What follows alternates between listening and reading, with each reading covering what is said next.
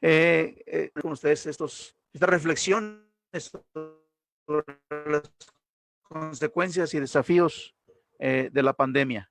Dice la palabra de Dios: por tanto, mirad por vosotros y por todo el rebaño en que el Espíritu Santo os ha puesto por obispos para apacentar la iglesia del Señor, la cual él ganó por su propia sangre. Eso dice en Hechos capítulo 20, versículo 28. Déjeme decirle algo. En diciembre del año pasado, cuando empezábamos a escuchar que algo estaba pasando allá en Wuhan, China, nosotros lo vimos como algo muy remoto.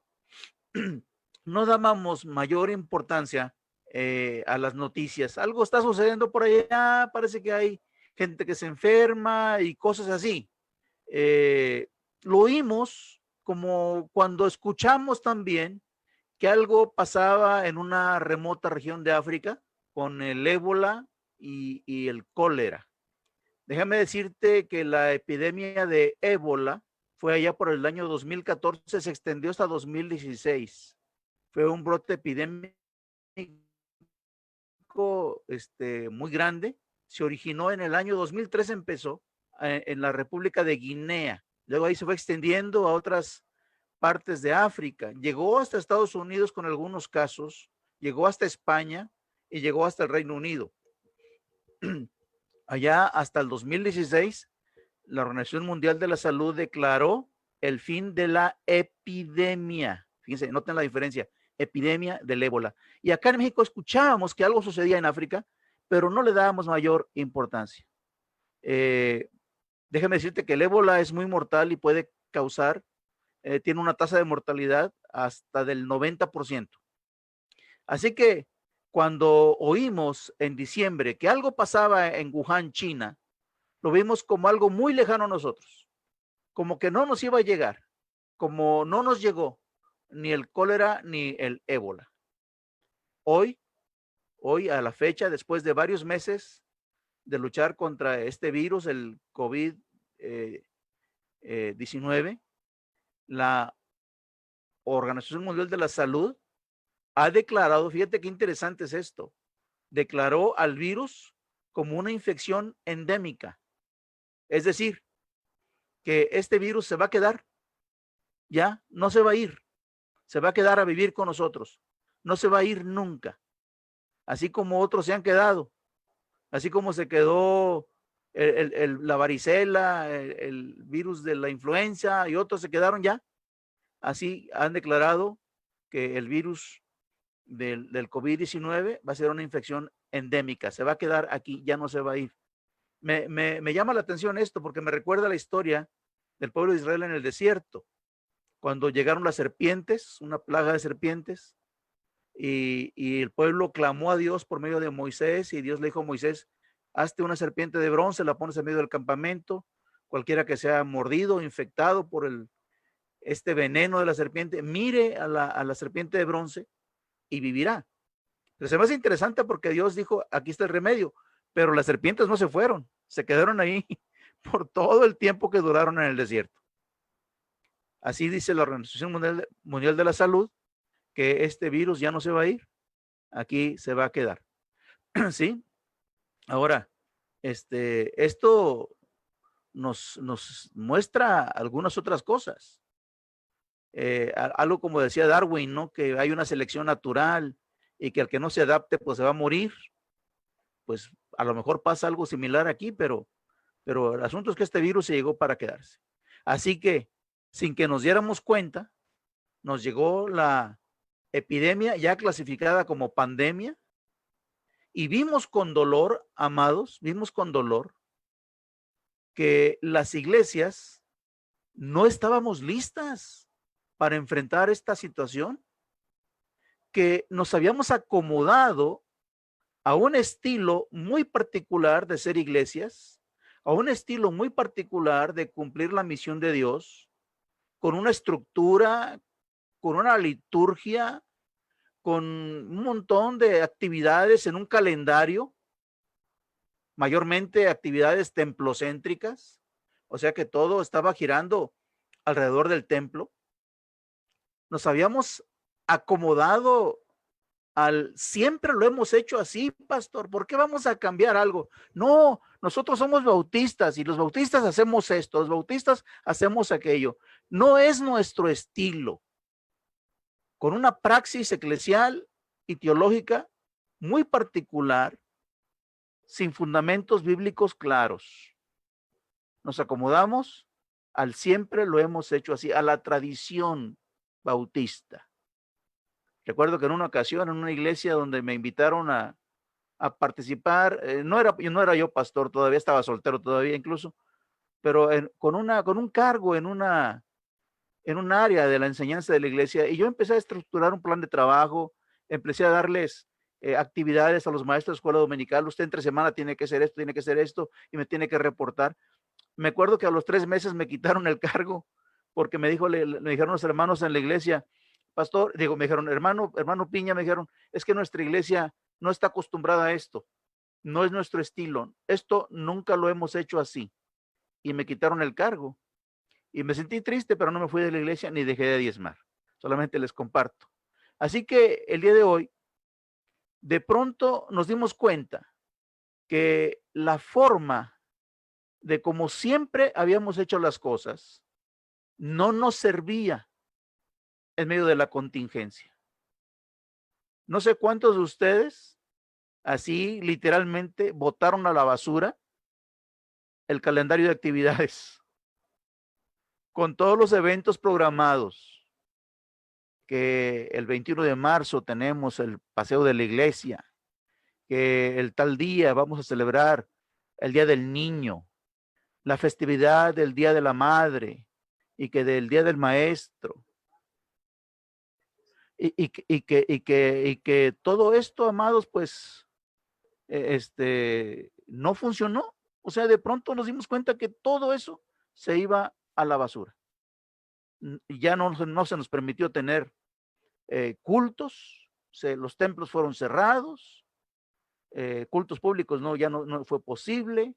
Así que todo lo que hemos planificado hasta el día de hoy, y no sabemos por cuánto tiempo más, no sabemos si vamos a poder celebrar el Día del Padre, tampoco.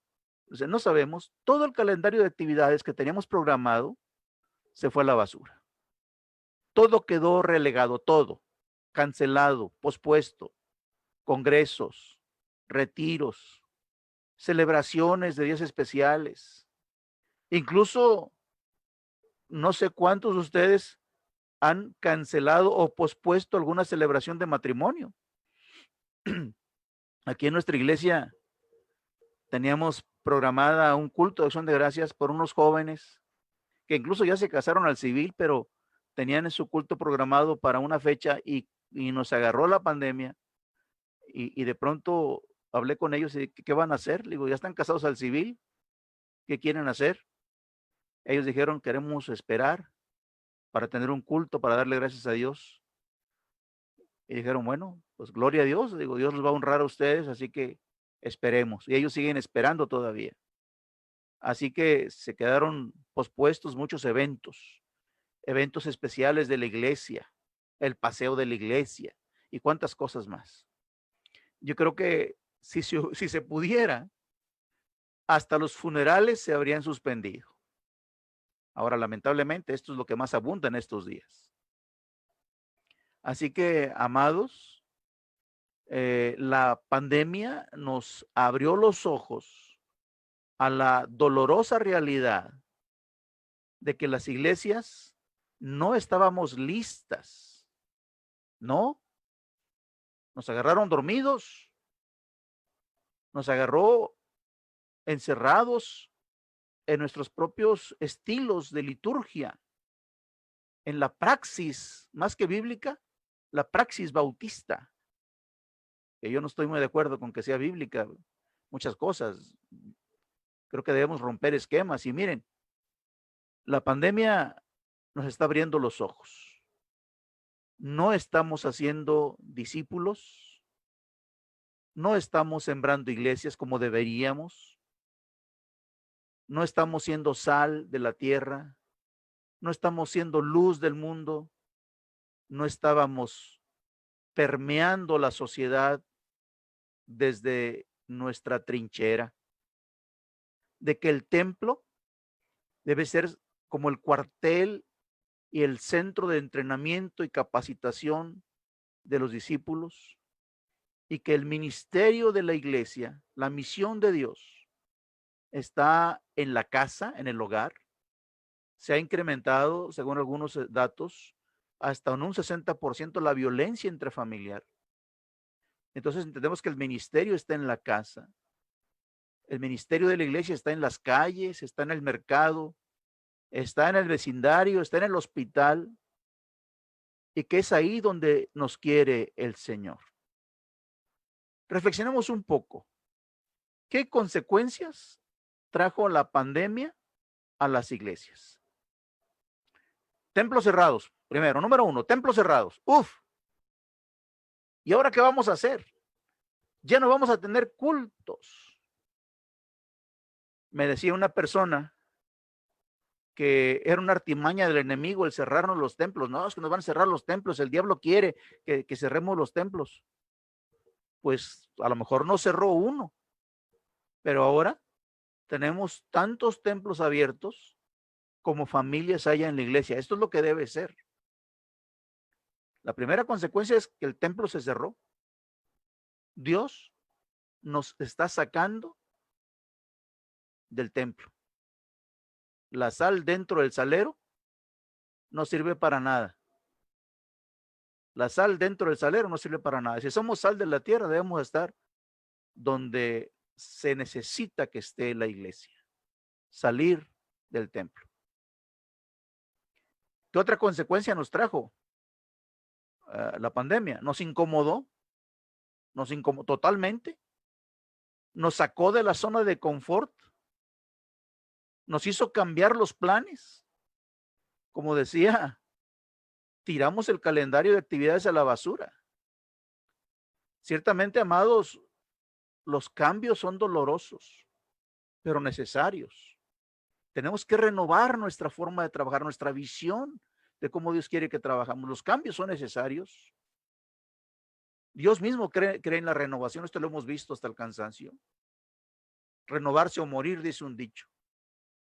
Así que en esta incomodidad a la que Dios nos ha sometido, es para que renovemos nuestra visión y nuestro estilo de cumplir la misión de Dios. ¿Qué otra consecuencia nos trajo? Bueno, nos rompió la estructura, la organización tradicional del funcionamiento, de cómo funciona la iglesia. Ya no hay cultos presenciales. Ya no hay escuela dominical presencial. Los departamentos tradicionales fueron relegados.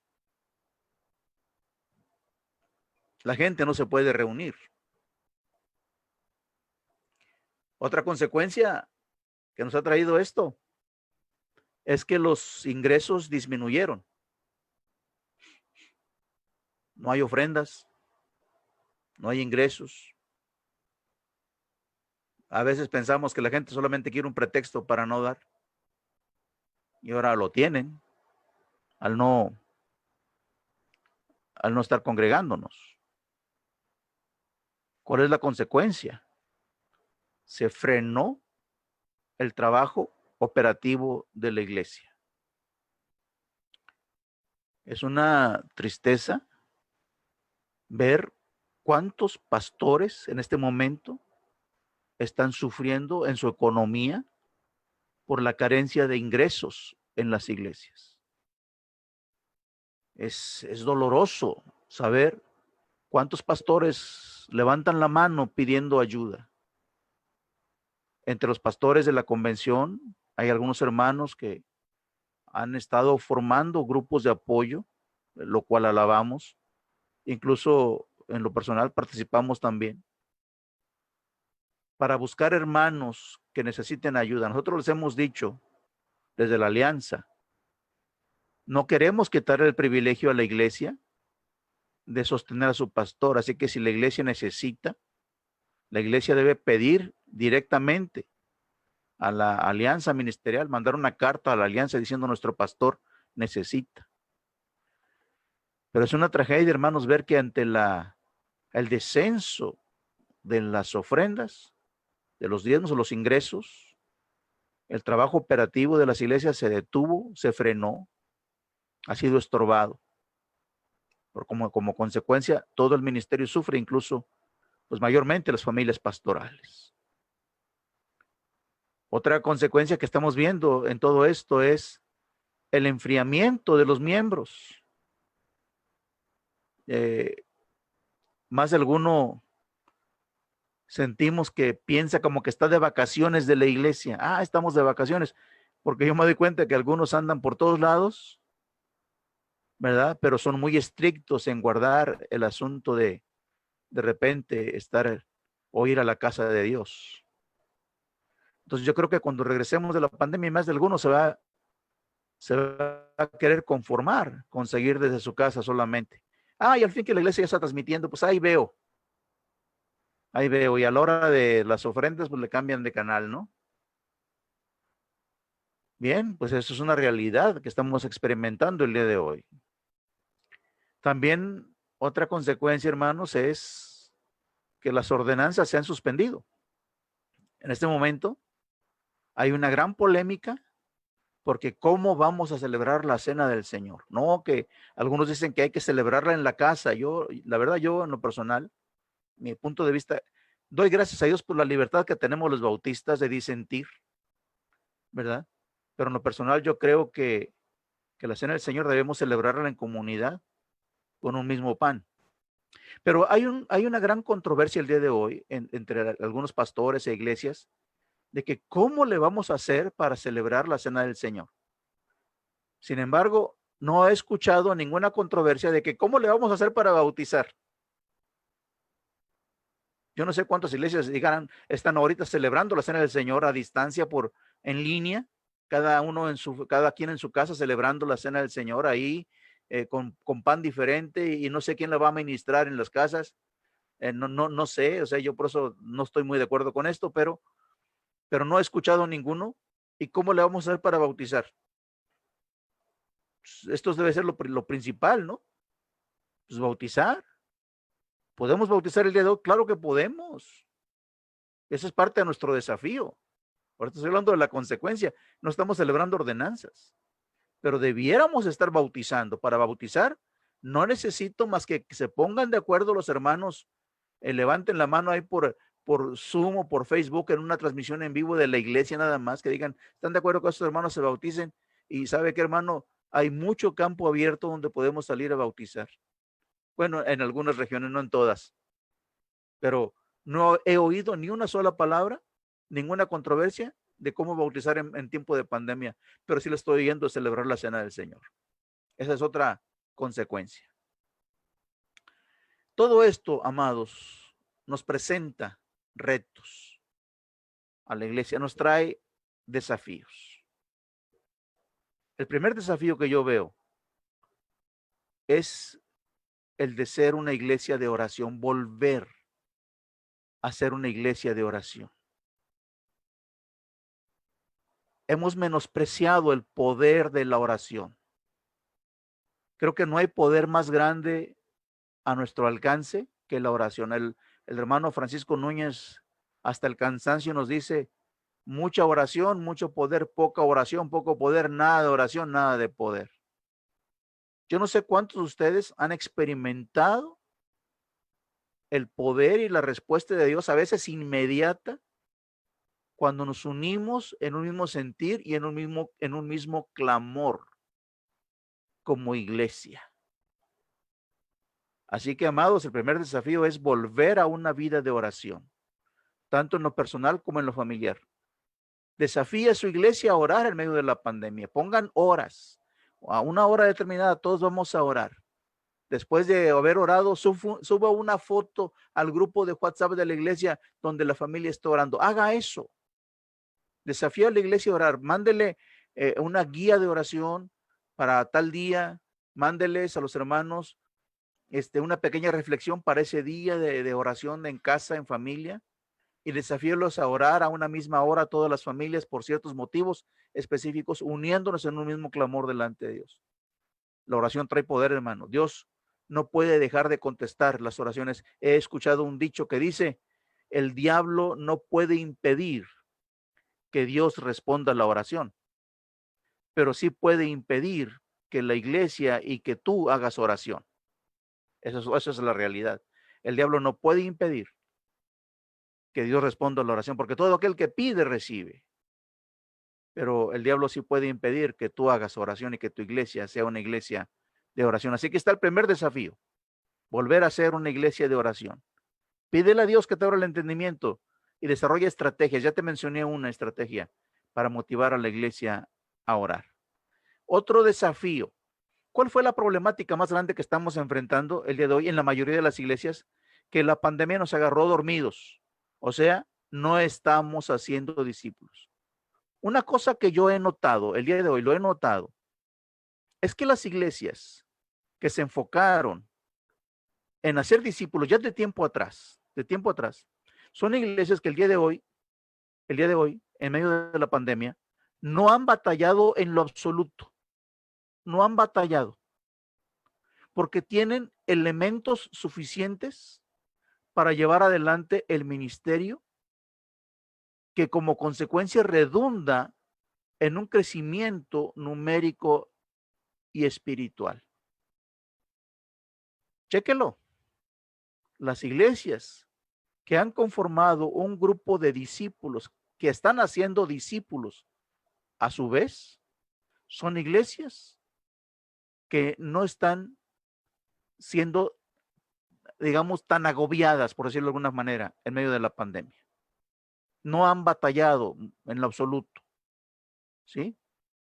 En mi experiencia, lo que yo he percibido aquí donde he estado pastoreando ya por casi 34 años, una misma iglesia, que es la primera iglesia bautista de Tangancícuaro, Michoacán, que Dios me dio el privilegio de organizar.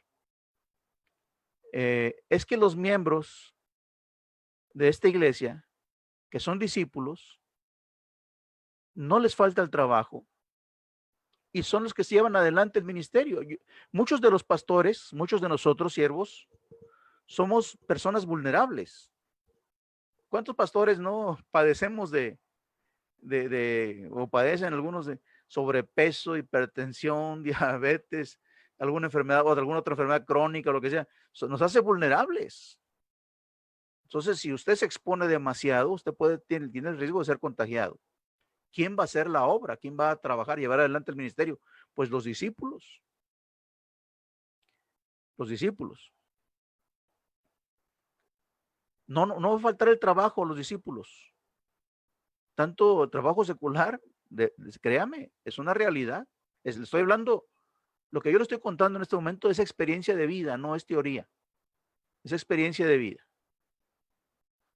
Es un gran privilegio, hermanos, ver cómo los siervos, discípulos fieles, que han sido fieles al Señor con sus diezmos en el tiempo de las vacas gordas, fueron fieles al Señor.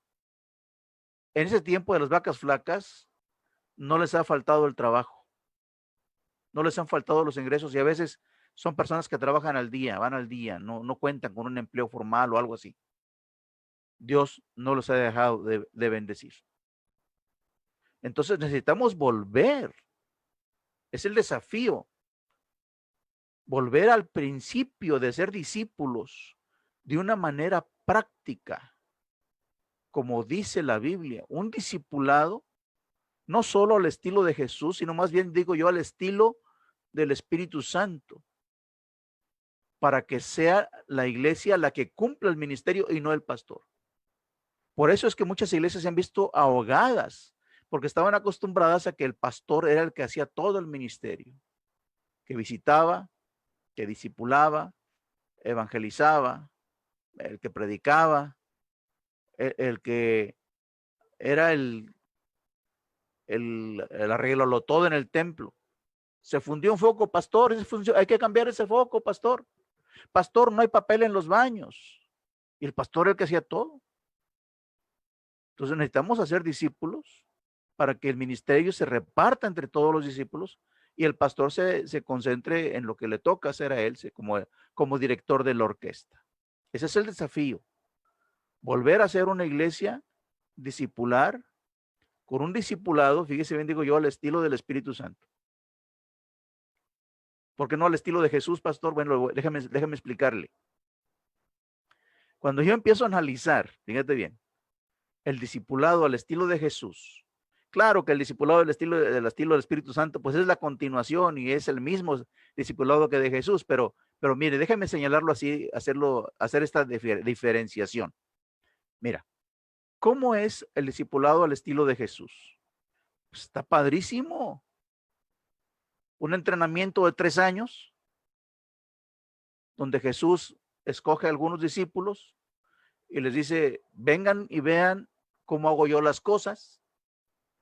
Y luego les dice, bueno, ahora vamos a ver, vamos a hacer las cosas juntos. Y luego la tercera etapa, ahora ustedes hacen las cosas y yo los veo. Y luego la cuarta etapa es, yo ya me voy y ustedes siguen adelante. Parece excelente, pero ¿cuál es la falla o la carencia o deficiencia de este, no falla, sino deficiencia de este discipulado?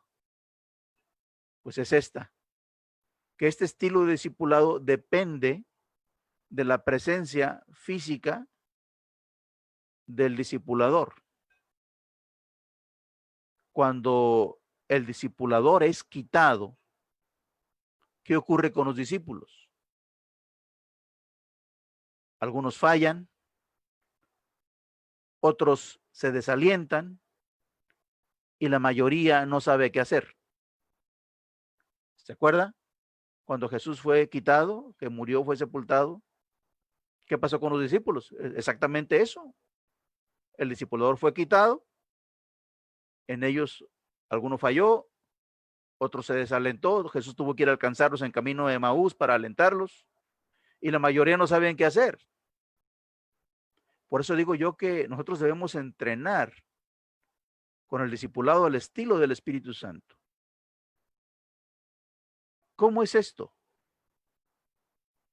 A mí me maravilla de veras la tarea tan grande que hizo el apóstol Pablo como discipulador. Y no es el discipulado al estilo de Pablo, es el discipulado al estilo del Espíritu Santo. Un ejemplo. En Hechos capítulo 19 se narra ese episodio de cuando el apóstol Pablo llega a Éfeso. Y ahí en Éfeso, él se encuentra con un grupo de 12 varones a quien la Biblia menciona como discípulos, que estaban ahí, se juntaban, quizás se congregaban ellos, trataban de alentarse unos a otros, no tenían conocimiento de Jesús, no sabían que era el Espíritu Santo, habían tenido conocimiento acerca del Mesías tal vez, pero solamente por Juan el Bautista. Y cuando Pablo los encuentra, él les expone claramente quién es el Mesías, su obra redentora y la necesidad de que las personas lo reciban como Salvador y Señor. ¿Qué sucede? Ellos reciben a Jesús y como consecuencia son llenos del Espíritu Santo de Dios. Y Pablo no lo soltó, sino que les dijo, bueno, aparte de ser bautizados bíblicamente, Pablo les dijo, vénganse, vamos a buscar una sinagoga. Y dice la palabra de Dios que los llevó a la sinagoga y por la sinagoga, estuvo ahí por la sinagoga 3 meses, alegando, refutando con las escrituras, el estilo o las creencias de los judíos, diciendo, no, ahora la cosa es así. Al final de los 3 meses hubo tal división, tal discrepancia que los de la sinagoga corrieron a Pablo. Y Pablo se fue, dejó la sinagoga. Y alguien puede pensar, Pablo, desperdiciaste 3 meses. 3 meses ahí infructuosos alegando con un grupo de judíos que no te iban a hacer caso. ¿Por qué desperdiciaste 3 meses? Desde el principio los hubieras dejado. Pero si tú te fijas, en la Biblia, estoy citando de así como de memoria, Hechos capítulo 19, los primeros versículos hasta el versículo 10. Dice que Pablo tomó a los discípulos, a esos 12, y dice la Biblia que les dijo, muchachos, vénganse, vámonos. Bueno, no dice de esa manera, pero así me lo imagino yo, ¿no? Que cuando ya su estancia allí en la sinagoga ya fue, ya no lo aguantaban. Dijo Pablo a los discípulos, vénganse, vámonos. Y se los llevó a la escuela de uno llamado Tirano, donde por 2 años él continuó predicando el evangelio. Y dice que en esos 2 años, toda Asia fue llenada con el evangelio. ¿Te das cuenta cómo es el discipulado? Aparentemente fueron 3 meses infructuosos, pero en esos 3 meses, ¿quién vio, quién escuchó a Pablo, cómo disertaba, cómo hacía estos debates, cómo presentaba el evangelio, cómo presentaba a Jesús? ¿Quién oyó y quién vio? Los 12. Así que fue un entrenamiento para 12, no era para la sinagoga.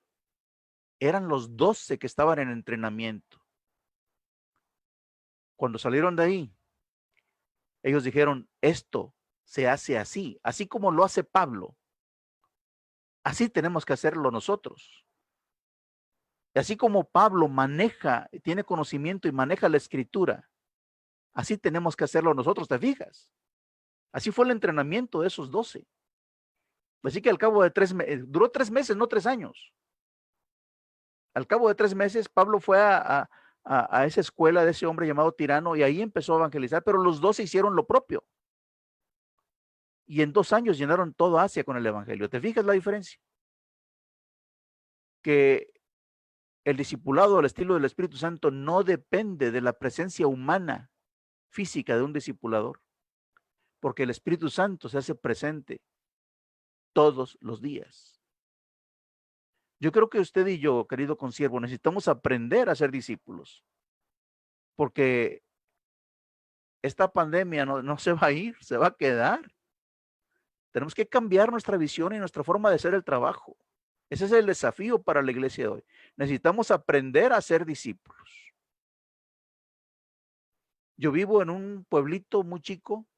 Tangancícuaro es un pueblo al estilo típico de los pueblos rurales de Michoacán.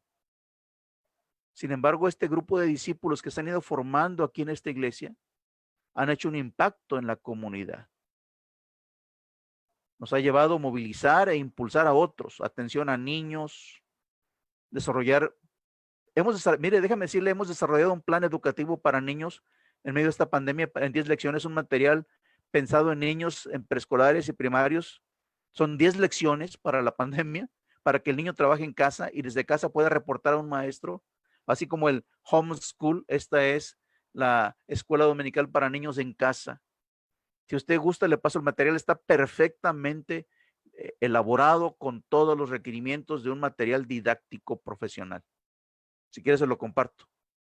Nomás que el requisito es que no lo modifique y que le dé crédito, o no lo venda tampoco, no lo venda, y que dé crédito a la autora.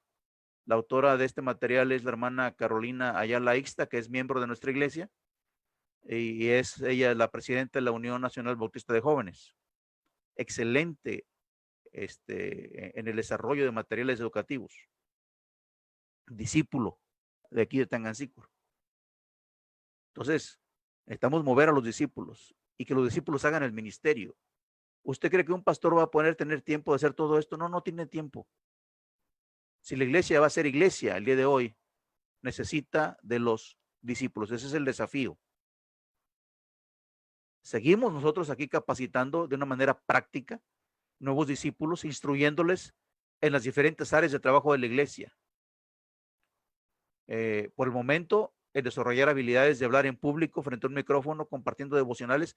Cada mañana, diferentes discípulos de la iglesia comparten devocionales para edificación del resto de la iglesia. Nos mantienen en comunicación, nos mantienen en comunión. y nos mantiene desafiados, con la moral muy en alto. Los hermanos de la iglesia se sienten ministrados, se sienten atendidos, se sienten bendecidos, sienten que la iglesia está más unida que nunca, la iglesia no ha dejado de ser iglesia.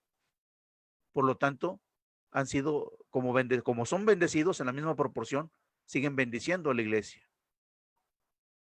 Otra situación, hermanos, en el medio de la pandemia, otro desafío que tenemos que enfrentar.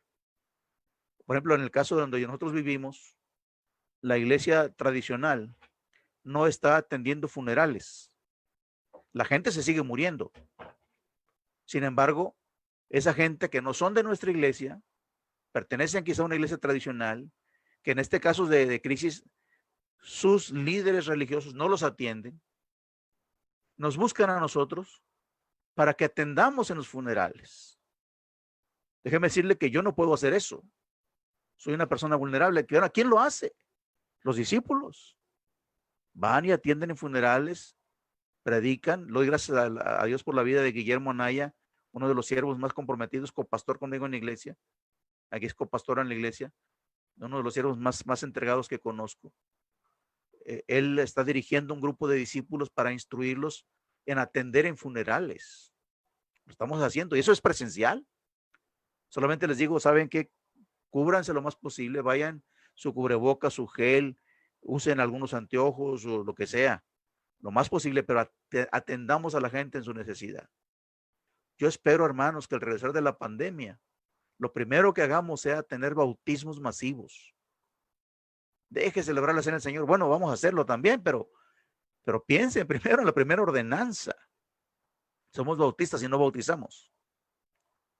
Busque todos los medios. La iglesia debe seguir siendo iglesia en medio de la pandemia. Hay tantas cosas, repartir despensas, apoyar a personas en necesidad económicamente, llevándolos al médico, aún en medio de la pandemia. Podemos hacerlo, no tenga temor. Cuídese lo más posible, seamos responsables. Eso sí, seamos muy responsables.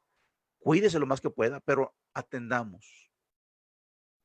Para eso están los discípulos. Para eso están los discípulos. Hay un gran desafío de pastorear en medio de la pandemia. Y aquí, para pastorear, nuevamente salen a relucir los discípulos. Mire, un pastor humano, ¿a cuántas personas puede atender cabalmente por mes? ¿Sabe a cuántas personas? Más o menos atendidas, 40 personas. Y es mucho. Es mucho. 40 personas, pero vamos a dejar ese número. Bien. Sin embargo, si una iglesia que tiene 40 miembros, alrededor de cada miembro hay por lo menos 4 personas más que no son de la iglesia, pero son familiares de ellos, son familiares del miembro de la iglesia, que también demandan atención. La hermana de la iglesia, que su hijo ya lo metieron a la cárcel, el hermano de la iglesia, que su esposa no es creyente, pero ya está en el hospital y cosas así. Entonces, alrededor de cada miembro de la iglesia hay por lo menos 4 que no lo son, pero demandan atención pastoral. Así, una iglesia que tiene 40 miembros, ¿a cuántos deberá atender el pastor por mes? ¿Sabe a cuántos? 200. 200. Esto es tremendo. ¿Cómo lo va a hacer? No va a poder solo. Necesita de otros líderes o siervos, digo yo digo siervos, que le acompañen en el ministerio. Otros discípulos, por teléfono, presencialmente, los que están cerca de las casas de otros pueden hacerlo. Pero el pastor debe auxiliarse, porque ese es otro desafío. Esto me lleva a otro desafío muy grande, que es el desafío de delegar.